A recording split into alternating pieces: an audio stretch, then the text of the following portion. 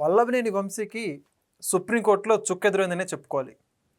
చాలా రోజుల తర్వాత ఇటీవల ఆయనకి బెయిల్ రావడం జరిగింది. అయితే ఆ బెయిల్‌కి సంబంధించి సుప్రీంకోర్టులో పిటిషన్ దాఖలు చేసినటువంటి ఆంధ్రప్రదేశ్ ప్రభుత్వానికి సంబంధించి హైకోర్టు ఏ విధంగా అసలు ప్రభుత్వ వాదనలు వినకుండా బెయిల్ మంజూరు చేస్తుందని చెప్పేసి సుప్రీంకోర్టు దాని గురించి ప్రస్తావించడం జరిగింది. మరొకసారి విచారణ చేపట్టి ఈ యొక్క అక్రమ్ మైనింగ్ కేసు ఏదైతే ఉందో దానికి సంబంధించి పూర్తి స్థాయిలో విచారణ జరిపించి సాధ్యమైన త్వరగా ఈ యొక్క ఉత్తర్వులు ఇవ్వాల్సిందిగా పేర్కొనింది సుప్రీంకోర్టు. మొత్తానికి ఇదే అంశానికి సంబంధించి మరిన్ని విషయాలు తెలుసుకునే ప్రయత్నం చేద్దాం. మనతో ఉన్నారు పొలిటికల్ అనలిస్ట్ శ్రీనివాస్ జొన్నలగడ్డ గారు. సార్ నమస్కారం అండి. నమస్కారం అండి. వల్లభనేని వంశీ గారు దాదాపుగా 140 రోజుల జైలు రోజులు గడిపిన తర్వాత గత కొద్ది రోజుల క్రితం ఉపశమనం లభించిందని అనుకోవాలి. అయితే ఆనందం ఎంతోసేపు లేదు ఆయనకి. మరలా అక్రమ్ మైనింగ్ కేసుకు సంబంధించి సుప్రీంకోర్టుకు వెళ్ళినటువంటి ఆంధ్రప్రదేశ్ ప్రభుత్వానికి సంబంధించి మరొకసారి కౌంటర్ దాఖలు చేసి ఆ మధ్యంతర బెయిల్ ఏదైతే ఉందో దాన్ని రద్దు చేసింది సుప్రీంకోర్టు. మొత్తానికి విచారణతో అయితే వేగవంతం చేస్తున్నట్టుగా మనకు అర్థమవుతుంది. ఈ అంశం గురించి మీరేమంటారు? ముందస్తు బెయిల్ నిరాకరించడానికి అది తప్పడానికి ముఖ్య కారణం ఏంటంటే సుప్రీంకోర్టు చెప్పిన మాట ఏంటంటే మీరు ప్రభుత్వ వాదనల్ని పూర్తి స్థాయిలో వినకుండా మీరు నిర్ణయం తీసుకోవడం జరిగింది కాబట్టి దాని మీద పూర్తిగా ప్రభుత్వ వాదనలు కూడా వినాలి. అది జరగలేదు కదా కాబట్టి దీన్ని తిరస్కరిస్తున్నాం అని చెప్తుంది.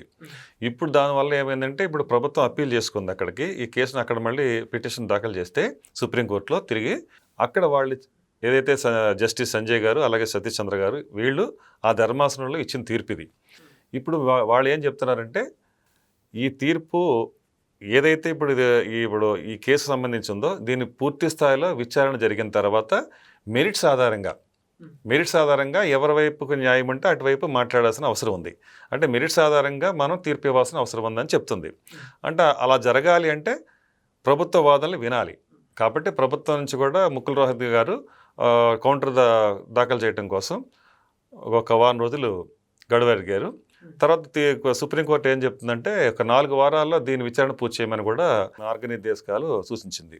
సో ఆ విధంగా ఇప్పుడు వారం రోజుల్లో ముకుల్ రోహత్ గారు వారం రోజుల్లో కౌంటర్ దాఖలు చేస్తామన్నారు.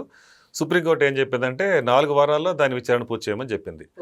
ఏదేమైనా ఇక్కడ మనకు స్పష్టంగా అర్థమవుతున్నది ఏంటంటే వైసీపీ ప్రభుత్వం ఒక ఆర్థిక ఉగ్రవాదుల పార్టీగా మారిపోయింది. ఏదేమైనా మద్యం కుంభకోణం సంబంధించి ఇప్పటికే ఒక 40 మంది మీద A40 వరకు వచ్చింది.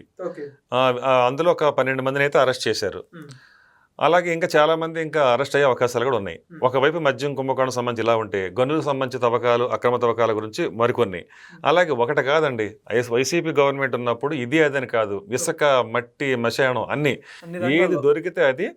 అలాగే ఇంకా భూముల విషయంలో కానీ ఇంకా ఇంతటి ఆర్థిక నేరస్తులు ఉన్న పార్టీ బహుశా దేశంలో కాదు ప్రపంచంలో కూడా ఉండి ఉండదు. ఎందుకంటే ఇది ఆర్థిక ఉగ్రవాదుల పార్టీగా ఇవాళ పేరు వచ్చేసింది వైసీపీకి.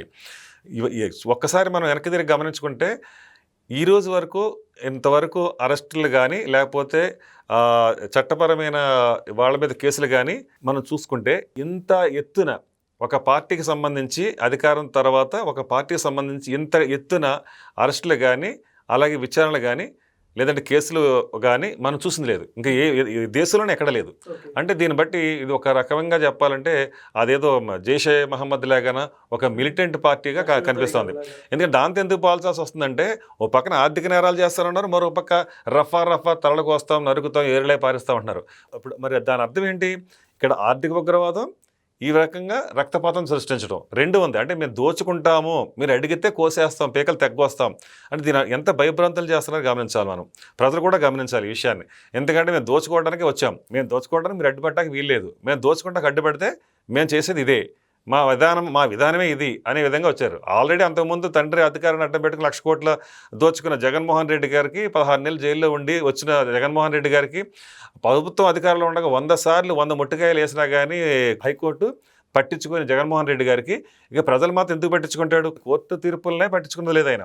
ఏది 1,300 కోట్లు ఖర్చు పెట్టి ఆ పంచాయతీకి ఎందుకేసారు ఇది తప్పు అన్నప్పుడు ముట్టికాయలు వేసినప్పుడు మళ్ళీ ఇంకోసారి 1,300 కోట్లు ఖర్చు పెట్టి నిస్సిగ్గుగా దానికి ఖజానాల నుంచి డబ్బులు విపరీతంగా ధారాళంగా ఖర్చు పెట్టేయటం ఇలా ఆర్థికంగా తనకు కావాల్సిన దోచుకోవడం తప్పితే ప్రజల సంక్షేమం కోసం కానీ లేకపోతే అభివృద్ధి కార్యక్రమాల గురించి కానీ లేకపోతే రైతులు నీరందించే విషయాల గురించి కానీ రైతు గిట్టుబాటు ధరల విషయంలో కానీ ఎక్కడ ఏ కోసానో అతను పనిచేసింది లేదు. కానీ ఊరకనే మాత్రం చెప్పుకుంటున్నాడు, ఏదో మా తాతలు నేతలు తాగాడు మా మూతులు వాసన చూడన్నట్టు.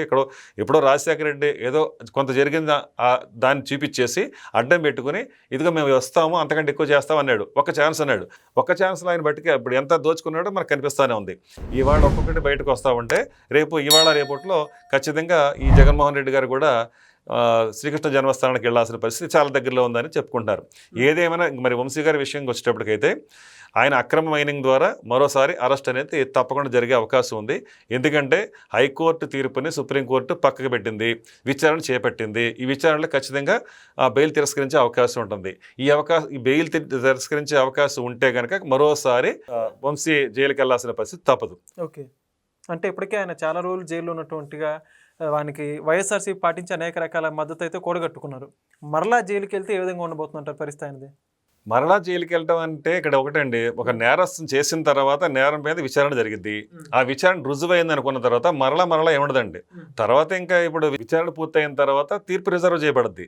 ఆ తీర్పు ఒకవేళ వ్యతిరేకంగా వచ్చింది అనుకోండి వంశీకి, మళ్ళీ తను కూడా ఆబ్వియస్లీ జైలుకి వెళ్ళాల్సిన పరిస్థితి. చూశారు కదండి, ఒకవేళ వంశీ గారి బెయిల్ ఏదైతే ఉందో క్యాన్సిల్ అయితే ఖచ్చితంగా ఆయనకి జైలు మళ్ళీ ఖాయమని చెప్పేసి జొన్నలగడ్డ శ్రీనివాస్ గారు అయితే చూస్తున్న పరిస్థితి. మరిన్ని విషయాలతో మరిన్ని అప్డేట్స్తో మరొకసారి మీ ముందుకు వస్తాం. Thank you.